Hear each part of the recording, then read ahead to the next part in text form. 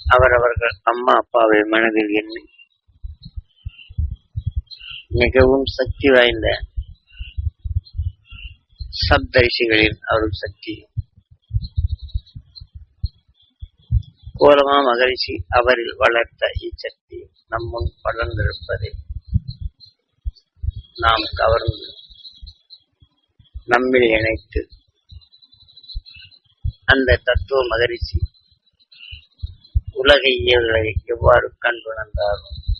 அவரில் விளைவித்தாரோ அதே போன்ற நம்மில் அவரில் விளைந்த அருஞான வித்தை நம்முள் பதிவு செய்து உண்மையான மெய் உலகில் நாம் இன்று அவர்கள் சஞ்சரிக்கும் அவ்விடங்களில் நாமும் சென்றடைய இது உபயமாக இருக்கும் என்றுதான் நாம் இங்கே வந்து தியானிக்கின்றோம். ஏனென்றால் அகசியன் சந்தர்ப்பத்தை தனக்குள் கண்டு உணர்ந்தது. ஆனால் கோலமா மகரிஷியோ ஆக அழியா பெருவாழ்வு என்ற நிலை பெற வேண்டும் என்று அவர் என்ன வலுவால் தனக்குள் நுகர்ந்தறிய வேண்டும், இன்னொரு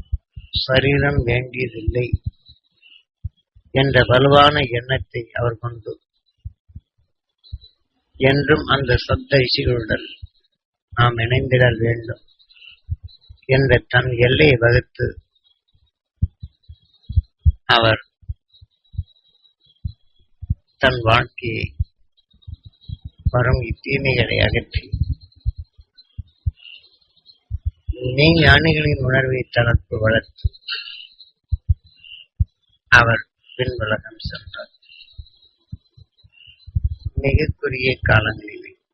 இவையெல்லாம் 2000 ஆண்டுகளுக்கு 3000க்குள் நடந்த நிகழ்ச்சி. ஆகவே சமீபத்தில் அவர்கள் விளைந்த உணர்வுகள் அவர்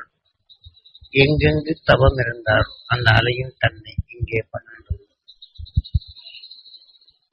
அதை நாம் பருகுவோம் என்று காட்சிக்கு விட்டு நாம் தியாகி